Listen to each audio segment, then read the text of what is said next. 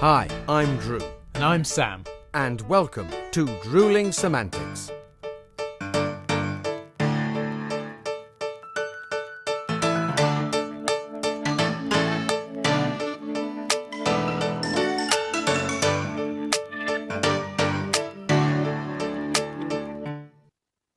Sam! We're back! We're back! Hey! Hello, mate. How are you? I'm all right, thank you. I'm very well. How are you? You good? Yeah, brilliant. So excited to be back. And I know it's not been that long that we've not been here, but I tell you what, mate, I've missed it. I know what you mean. Sitting here having a chat. I mean, I know we've had the best ofs, but it's still better sitting here with you live. No, it's been a tough couple of weeks without you, mate. It has. I've not known what to do with myself. Let's not go into that. Let's not go into that. No. We're starting on a really weird note already. Really weird note, but onwards and upwards, mate. Anyway, we are back. It is season 3. We're on our hat trick. Here we are. And to everyone at home or out on the road or wherever you happen to be listening or watching us, welcome back as well. Or to newcomers, welcome to Drewling Samantics. It's lovely to have you here. Very quick introduction. My name is Sam, and this is my very good friend Drew, and we are Drewling Semantics. Hello there. Nice to be back with you, Sam. And the same to you, mate. But yeah, and I guess what we need to start with is, first things first, we need to start with what we always do, and we'll say to anyone new out there, please feel free to join us. But we always make sure when we start our chats or rants or discussions or whatever you want to call them, we make sure that we have a nice cold pint waiting. Nice, and look, mate, beer. I've got a glass. Are you going up? You're drinking out of. Oh, it's so nice now that it's taken me 30 episodes to educate you. And a drink out of a glass, not a bottle, a glass. I mean, and you'll notice that mine's slightly smaller than usual, ladies and gentlemen. It is a half measure, but only because I do have to drive after this recording, so I'm being sensible. Oh well, that's fair enough. You'll notice that mine is not small because I don't have to do anything. So. Well, cheers, mate. There we are. Let's have a little slurp. Mate. It's wonderful to be back, and cheers to all of you out there listening and watching. Thank you for joining us. Absolutely. So it's season 3, mate. I guess we need to step it up a gear. I think. Don't you? I think we need to move on. We need to move on, don't we? I think moving on is quite appropriate because, as most people out there listening or watching will know, and for anyone joining us, this is maybe news to you, or you may have read in our blurb or our information or whatever. We started out of I was going to say necessity, not necessity, but we were created and we developed because we were in a scenario that was brought upon us, obviously, by what we refer to as the unwelcome guest and lockdowns, etc. And we wanted to get through that. But life is moving on. And totally.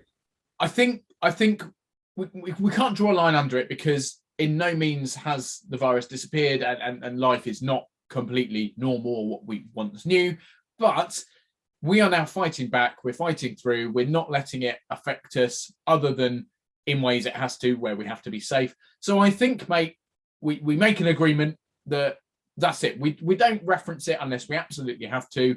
Let's not give it airtime that it doesn't deserve. We'll stay safe.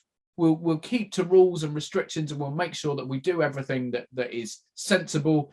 But we'll forget the unwelcome guest. Let's get on and let's be positive about us, about the industry, and about the future. What do you reckon? Absolutely, yeah. I agree, mate. I agree, and I think given that this time we can turn season 3 around a little bit. I think we can. I know we're aiming. We may have said it briefly, but we are aiming to take you out and about with us. I mean, we have some great projects coming up each, and we will be entering, I think we've said again, we will be entering the Pantomime season.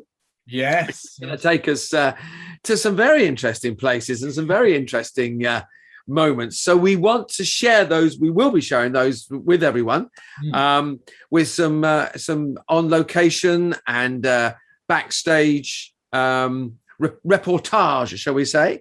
Oh, which mate, means we're about 5 minutes into the first episode of season 3, and you're already using words that I don't understand. Mate, I've had 2 weeks to read the dictionary, haven't I? So, of course, yeah. Well, Sam, we will be filming ourselves backstage and in various rehearsal scenarios, shall we say? We're going to attempt to bring some behind-the-scenes action and some aside to the industry, to performance and other things that perhaps members of the general public won't often get to see, or an insight into how things work and how things are created, and what goes into the initial process before you hit that final outcome. So hopefully bring a bit of that and make it a very entertaining season. But not only that, it's not just us to make it entertaining, or should I say, it won't just be us that are making it entertaining. We've got some incredible guests lined up for this season. We do, yeah. I mean, we were lucky to have 6 or 7 wonderful guests with us last season, and this year I think we're going to go spread on that even wider to industry practitioners. So we're going to take you. We may even, I mean, hopefully somehow might even get backstage or on location with a guest or two. You never know your luck. Let's see what we can do. Exactly. But no holds bar. But I can think certainly that the 1 or 2 that we have in the diary already are going to go to places that we haven't been before, let's say. So I'm looking forward to those. It's going to be really exciting. And I'm just looking forward to the progression and the new things to come for us and for the podcast, and hopefully it will be an entertaining and enjoyable experience for everyone out there listening and watching as well. So, and it goes without saying, Sam, as well, that during all this season, if anybody has any requests, any comments, anything they want to say, anything they want us to do, anywhere that they want us that we think we might be able to get to visit, please let us know. We love hearing everyone's comments and suggestions and requests. Keep them coming. Yeah, absolutely. If you're watching on YouTube, then all the details of social media and contact methods are in the description. If you're listening to us, then they're in the podcast blurb or on our page, or you can find us on social media. Just search for Drewling Samantics, and we're on Facebook, Instagram, Twitter, YouTube, most things, and you can find us on all platforms as well. So please do get in contact. We very much want influence and input from our fans, our followers. So, and we said that at the end of last season, that this is the option for people to kind of go, we've enjoyed this, let's have more of it. We want to see this. You haven't done this before. Great, throw it at us. We'll do what we can with it. So we have a clean slate. Yes, exactly. And we are a podcast for the people. We want our fans to have serious input, because it's all about you guys out there. We want you to hopefully enjoy it even more. And if you've got suggestions how we can make you smile, then let us know. But anyway, mate, I have to say, it's felt like forever since we've properly chatted. It has, but yeah. And I know vaguely what you've been up to, but I think I need a better insight, as does everyone else listening and watching. So go on, what have you been doing since we've been throwing out best of episodes? Well, a little roundup of the last couple of weeks. Well, very, very, very short time ago, I waved goodbye to my dear lady wife, Verona, where people met last season. What she has gone off to... You've finally driven her away. That's it now. She's had enough of you. Well, I drove her as far as the airport, and she's, in fact, something that is very much moving on. She's flown out to Saudi Arabia with a production of Treasure Island. Oh, incredible. Which is going to be performed in a huge theatre on a big university campus in Riyadh. So she's out there for a 10-day adventure and a break from yours truly, of course. Yeah, having just had a 2-week break from you, I don't blame her. No, I'm joking. But there you know. No, you know how it feels. You know how it feels. And as you say, what a great advert or to show that things are moving on, and that we are looking to the future, and that things now can be done that certainly 6 months, a year ago, we wouldn't even have been able to. No, impossible. Along with that, I've had a couple of Fawlty Towers gigs, which have been great fun. We were doing a Fawlty Towers wedding for a lovely couple, Jason and Emma, the new Mr. and Mrs. Davies, which is out in Essex on a golf club. We were a surprise to the guests, not to the bride and groom. We were a surprise to the guests. Yeah. So that was Basil and Manuel creating some mayhem at a lovely wedding. They were a really lovely couple, and we really had great fun. There was a very interesting waiter who did a very good Manuel impersonation, but he was a little bit sort of nose out of joint when when I turned up. So it was like, not to blow your own trumpet, but yeah. But that was fun. And then we did with Ed as Basil and Verona as Mrs. Faulty as Sybil. We did a Faulty Towers birthday party down on the coast, Walton on the Naze, a big hotel, beautiful ballroom in this hotel. It was really quite special for a 50th birthday. Oh, so fantastic! Good fun. So again, we were a surprise, but we had a storming afternoon, really lovely, and then a walk on the beach afterwards. So there we go. Yeah.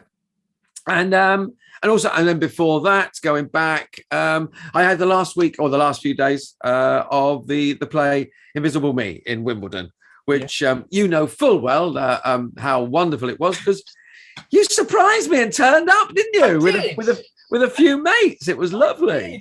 Managed to come and check out the play, and it was fantastic. Had a wonderful time, and you were superb, may I say. Congratulations. Thank you, mate. That's very kind. Two colleagues in your three-hand show, which was great fun, really enjoyable. And I'd say even though you attempted to mar my enjoyment, if that makes sense, by pretending you didn't know who I was, or ignoring the fact that I was there. So there's me sat in what essentially was the front row, because it wasn't the front row, but there was no one in front of me, in a very intimate space. It was a lovely space, but very intimate. So probably at best, 5 meters from your face, where I was? Yeah. And so watched the play, really enjoyed it. Off stage you go. I head down to stage door to wait and for you to come out and go, "Thanks so much for coming, mate." And you walked out and went, "What are you doing here?" And I thought, well, hang on. I've just been sat. What do you mean? No, ladies and gentlemen, Drewling Samantics fans, followers, listeners, viewers, Drew did not have glasses on throughout the production, so did not notice that I was sat there. Honestly, mate, I think I was so deep in character, so heavily in the moment that no, without my glasses on, mate, and in the dark, I can't see a bloody thing. So I didn't know you were there. So I have apologized, but I'll apologize in front of all these witnesses for but I was so chuffed that you came and brought some mates with you. That was a really lovely surprise. I had no idea you were going to be there. It was brilliant, mate. Really enjoyed it. So congratulations. And actually, has to be said, that's not our only outing where we both were in the same theatre space. Now, that one was slightly different because you were up on the stage and I was in the audience. But we had a Drewling Samantics night out. And no, we're not talking about a chance for me and Drew to go on the piss and just basically have a laugh. No, we were on a night out, but working. So as many of you may know, I work for a couple of review companies. I write theatre reviews.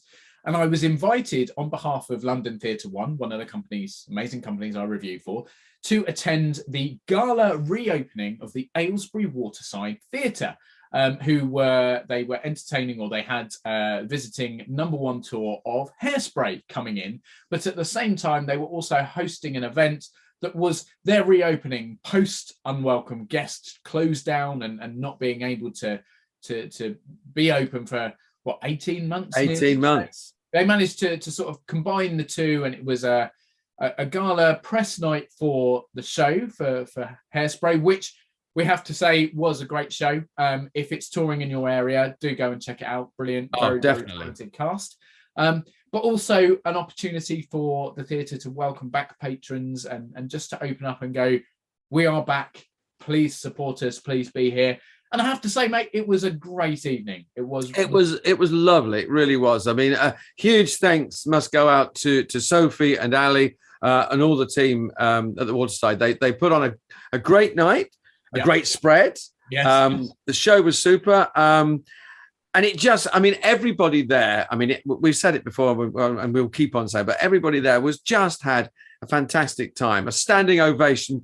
Not only was it a great show, but it was a really good emotional experience to be in the theatre with a big crowd, having a great fun time. It just shows the power of the live theatre experience, because it was just enormous fun.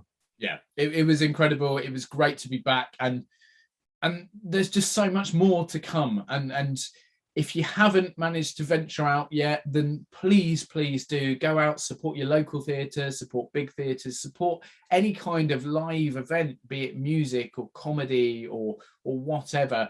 Just get out there, because the arts have suffered immensely, and we need as a community to support them, to bring them back up to where they are. We are fighting back as performers, we're fighting back as venues, and we will be back stronger than ever, but we need that support from the public to get to that point. And for us, I think it was a wonderful experience, not only because obviously we are getting back into sort of full flow of work and being back busy, but also to be able to support others in the same way, to be there at these shows and to go, look, theatre is back, live music is back, this is back. Just get out there, be part of an audience.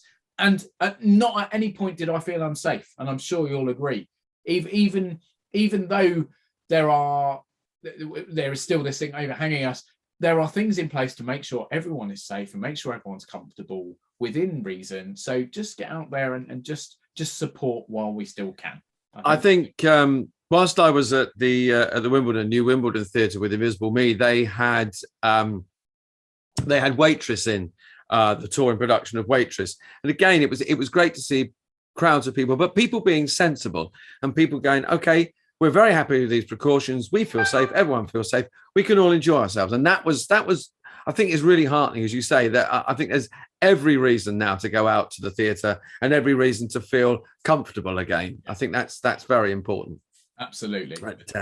Yeah. So we are back at it, and I have to say, mate, obviously, other than being at the theatre watching you and being at the theatre watching a show with you, I've also had quite a busy couple of weeks, which has been great. I was just about to ask you, talking about being back out there. How back out there have you been, Sam? So I've had an amazing read through this week. So a brand new play that I am part of, which is coming up at the beginning of October. It's called A Stroke of Luck, written by an incredible guy called Ademola Adenji, who I've worked with a couple of times before, who writes very poignant and meaningful theatre based on historical stories, mainly around wartime. And his new play, we open, I think, the second weekend of October. So had my first read through for that, which went brilliantly. Amazing to meet some new cast members and also see some familiar faces who I've worked with before, which is great. But yeah, so if you happen to be in Aylesbury on, I think, the 8th of October, I think that's the Friday, or if you happen to be in Watford on the 9th, which is the Saturday, and you're looking for something to do, then come and check us out. But just look up A Stroke of Luck on Google or whatever your search parameters may be, whatever your search engine choice is, and you should find us. But we'd love to have some people in checking out the show. Really good show coming up. So been rehearsing that over Zoom to start with, and then we've got some in-person rehearsals coming up too. And also, I've been back out on the road, and we managed to do sort of a very brief feature last season where we invited people to join us at one of our live dinner theatre shows for Comedy Dining, the company where you and I met and where we regularly work together, and much more regularly now, which is great news. But yeah, so I've been back out doing a few of those, and it's just been such an amazing experience to be back out there with live audiences in immersive theatre, doing something I absolutely adore, and actually thinking about all the incredible characters that I get to play. And I've been doing some tributes to various characters in Mrs. Brown's Boys and Fawlty Towers, playing Basil again, which, as you know, I absolutely love. But also another particular character who I've got to play, and actually is a very relevant subject right now, I know. I Very think I know what sad, you're going to say. as many people at home may know, last weekend, wasn't it? It was. Lost the great John Challis, the actor who played the role of Boycie in Only Fools and Horses. And I have to say, I've had a couple of opportunities to play the role that I did, to play Boycie in a couple of shows since he sadly departed. And it's really made me think, mate, that although I didn't know John, I met John Challis very briefly and did get to speak to him. And he was an incredible man, very friendly, very, very gracious and very knowledgeable and talented guy. But it's made me realise that actually I owe him quite a lot. And that, it might sound strange, but without him being part of that show, creating this incredible character who I now have the honour of playing on a regular basis, I wouldn't be doing quite so much. I wouldn't be so busy, I don't think. And it's really made me think about how lucky we are that some of these incredible actors that we've had over the decades, the centuries, have left these legacies, and that we're lucky to be able to reimagine those characters, bring them back to life, for want of a better phrase, and to keep their memory going, and to keep people happy to see them, if that makes sense. Well, I think, I mean, I for many years, I have been playing Manuel from Fawlty Towers, created by the late and very great Andrew Sachs. And I remember the same thing when Andrew passed away a few years ago. It was like there was part of me was like, he's gone, but there was so much love for Manuel, and the same for Boycie and other great sort of characters that have been created by people, that they never really go away. No. And we always, I mean, and the most important thing, I think, for what the sort of work that we do and quite a few other actors do in keeping these characters alive and doing these shows, that it is, the word tribute is very important, because I've always looked at it as a tribute to, I mean, I will never be as good as I don't intend to try and be as good as Andrew Sachs. He created a wonderful character. I try and honor and pay tribute to his hard work, and there are people that have expectations when they come to see these shows of those characters, because we've grown up. They've been part of our lives for, I mean, I don't know how many years. It was 15 odd seasons, maybe 20 years. That Only Fools and Horses has been in the public conscience. Well, mate, you say that. I hate to correct you, but you're miles off, because did you know it's 40 years this year of Fools and Horses?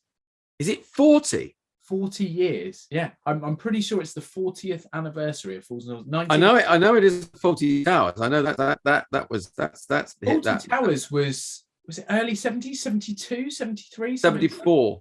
74. So we're not far off 50 years. 50 years. Towers. And yes, this year, I believe it was 1981 was the pilot, or the initial episode of Fools and Horses. Wow.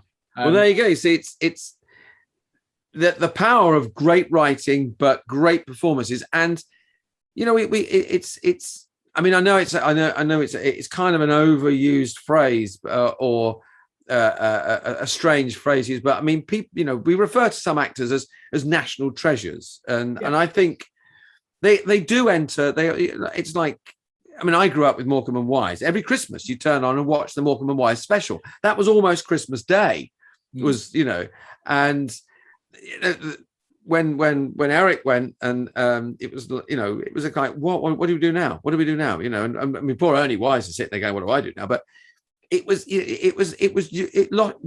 lost a loved one, and it was the same when Andrew went, and John Challis and other great national treasures go. They enter the national conscience, and we live with them, and we talk about them, and people have discussion. Oh, do you see whatever show it was last night? Wasn't she bloody funny? Wasn't it funny? And that they quote it, they remember it.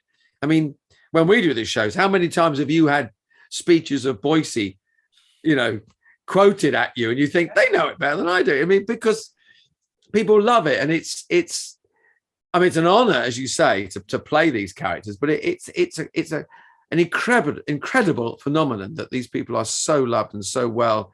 I mean, there are hundreds of people that we could mention, but I mean, I think we're lucky that what we do is a homage. Like, at no point, as you say, are we indicating or suggesting that we are as good as the original. What we're doing is offering the general public an opportunity to remember and reimagine these people. And I mean, as you say, you get stuff quoted at you, and it sound like it makes us like our jobs easy or whatever, but actually half the job is done for us, because you know as well as I do that we turn up to these things and we've got the costume on and you've got the accent going and the mannerisms, and you're halfway there with that. But the other half is the fact that people are so excited to see these beloved characters, and they know what's coming. They're not turning up to see something new and different. They're turning up to see things that they've grown up with and remember from 10, 15, 20, 30, 40 years ago. And they want to hear those catchphrases, and they want to see those famous moments, be that Trigger stood there with a broom, or be that Del Boy in the Batman outfit, or whatever it is, as a couple of examples, or Basil whacking Manuel round the head, whatever it happens to be. And we owe that to the incredible people who did those things for the first time, and obviously that's immensely down to the writers and directors and the production team as well. But we remember these legends, these as you say, national treasures for these certain moments. And I mean, I mentioned Trigger there. Roger Lloyd Pack was another incredible national treasure who the world sort of stops briefly when these people pass, and you kind of go, oh gosh, that's the last we'll see of them. They will never create anything again, which is incredibly sad. But we're lucky enough that technology has evolved to a point where we will never lose things because we can go back. I think you're right, Sam. They create memories, don't they? That when something, when we lose those people, we are brought up short. It's we kind of remember where we were when something happened or something was said. I mean, one great national treasure, and someone we lost a little while ago, the wonderful Victoria Wood. I remember watching her show, her performance one night, and there was a famous song of hers with a line, "Beat me on the bottom with a woman's weekly," and I think it was one of those classic comedy lines, a wonderful song coming out of Victoria Wood's mouth. It was just genius anyway. But then for the next week, people were quoting that line to each other, and it was deeply silly and ridiculous and slightly sort of naughty. But because it was Victoria, it's become, I hate the word iconic, but it has become a kind of iconic moment. And it became, I mean, I can see it in my mind now, sitting at the piano and singing it. And like you say, with modern technology, we see those replays over and over again. But more than that, I carry those sort of things around in my head. I mean, the moment David Jason fell through the bar, just play it cool, Trigger, and wallop, he's gone. No one would ever forget that. If you saw that, you remembered that. And I think it's that combination of, as I said before, of great performances, great writing, but also good people. These people, I mean, no one had a bad word to say about John Challis or Andrew Sachs, Victoria Wood. They are just beloved people. I think that's what makes them. I mean, we've still got some around. Thank heavens there are still people that, when they are national treasures, and they will become, I think I said to you, one of my favorite actors who I would love to work with is Judi Dench.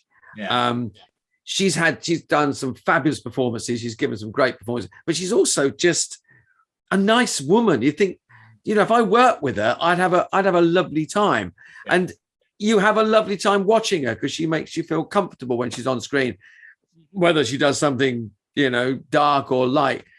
And I think that's the gift that these people have given us, is that they make us feel comfortable. They make us feel good about ourselves and the experience of watching them on television, on stage, or whatever. They give us something that when they're gone we miss. I think we're lucky that although when these people pass, they are no longer present with us, but their legacy will never leave.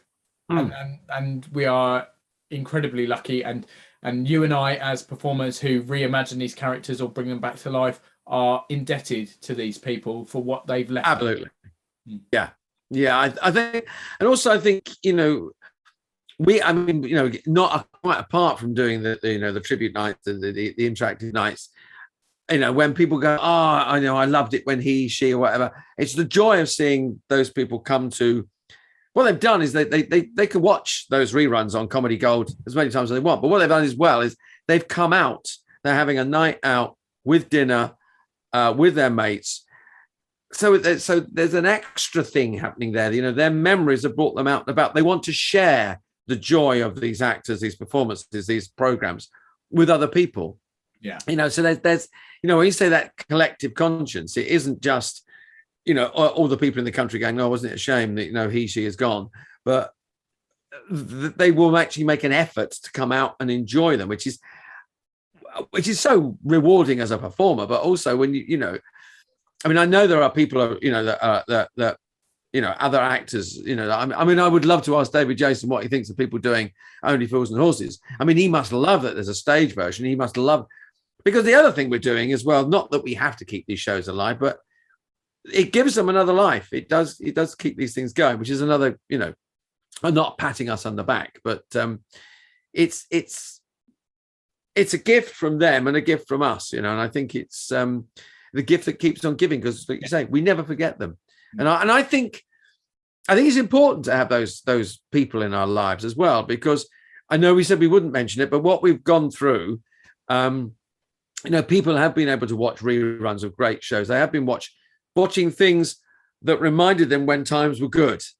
People have been able to go back and watch. I know so many people said, I watched reruns of whatever comedy show on television, Netflix or whatever, and go, that got me through a dark period. And you think, well, that's a gift, that in times of, like during the war, which I hasten to add, I don't remember, but when the people had entertainment then, and they remember, singing the songs that got them through the dark times. And I think, the dark time that we've just gone through, which obviously doesn't compare to any war, but those performers, those memories helped people. And there would have been people watching John Challis and watching reruns of Only Fools and Horses and enjoying his performance. And then to see that person go is, it's very sad. It's, But as you say, we are lucky that we will continue to remember them. There are ways of bringing them back to life or thanking them for what they did. And we're lucky that we still have a few people out there who will be looked at in the same way and are looked at in the same way. And they are still present with us doing what they do. So I can't remember the comedian's name, but I was watching a television program, and there was a bit of banter between I think the host and this said comedian. And the comedian said, "You can't talk to me like that. I'm almost a national treasure." And it was such a beautiful line. And I thought to myself, yeah, you almost are a national treasure. So I won't mention the comedian because it might put them in a bad light. But it was like, yeah, actually, you are. Yeah, so it's. You think back at them. What makes a national treasure? But I just think they're just all of them actually pretty bloody lovely people at the end of the day. And let's hope, mate, that we're considered in the same way one day. Who knows? Who knows? Who knows?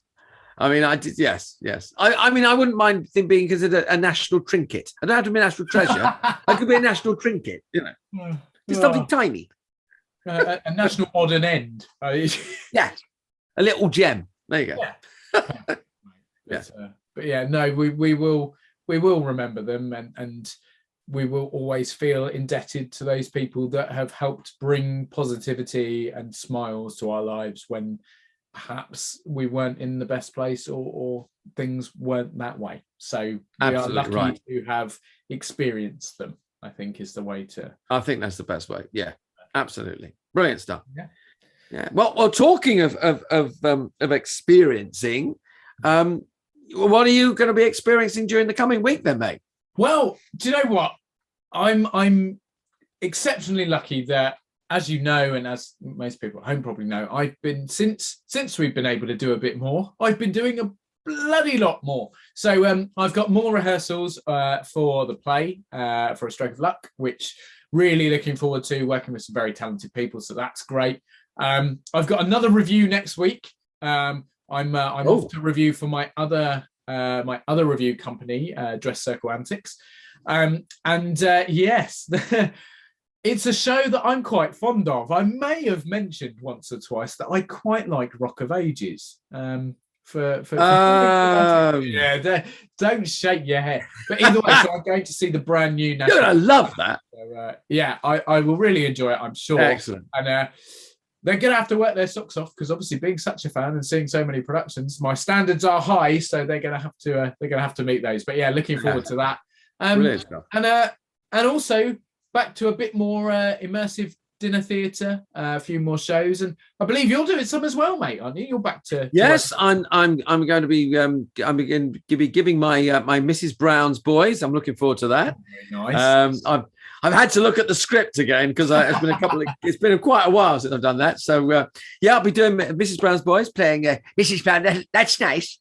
And some more Del Boys and Manuel. So yeah, really looking forward to that. It's going to be good. But over the coming week, what I really will be looking forward to is our first guest of season 3. Of course. Really? Yes. Nah. Yeah. What a guest. What a guest. Very special guest. Again, we've managed to find a branch of the industry that we haven't sort of ventured onto yet, shall we say. And our next guest, I mean, words don't quite describe our next guest. Not really. That's a lie, actually. I think unique is probably a good one. But no, he's going to be an incredible guest. And whether he shows up alone or not, we don't know yet. But yeah, no, I cannot stress enough to everyone at home listening on the road or watching or wherever you are, you don't want to miss it. It's quite an experience. I think as well, you know, if when you listen, strap yourself down because bumpy. It's going to be an exciting ride. Yes, unpredictable and entertaining, and all kinds of things. So very, very excited for that. Brilliant stuff. And aside from that, mate, I think it's just a chance to say thank you, everyone, for joining us once again for this brand new series. We've got so many fun things ahead. Please do stick with us. If you're new, thank you for joining us and welcome to the Drewling Samantics family. We look forward to having you for the forthcoming weeks, months, years, hopefully. And most of all, Drew, welcome back, mate. It's bloody brilliant to be here. It's great to be here, mate. Good to see you again. But cheers. We'll leave it at that and see you next week. Let's do it next week. Take it easy, mate. See you soon. Cheers, buddy. Bye, everyone. Bye-bye.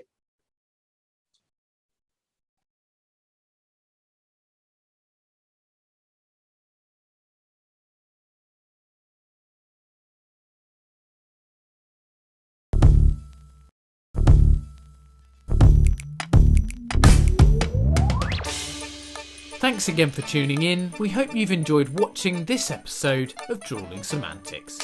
If you have, then please consider subscribing to our channel and you'll get notified every time a new video is released. Don't forget, we're also available as audio only. Just search Drewling Samantics in any good podcast app. Please support us on other social media too. We're on Facebook, Instagram and Twitter, and all our links and handles are on screen now. We love welcoming new followers and subscribers, so please share with your family and friends and we'll be eternally grateful. Stay safe and we'll see you next time.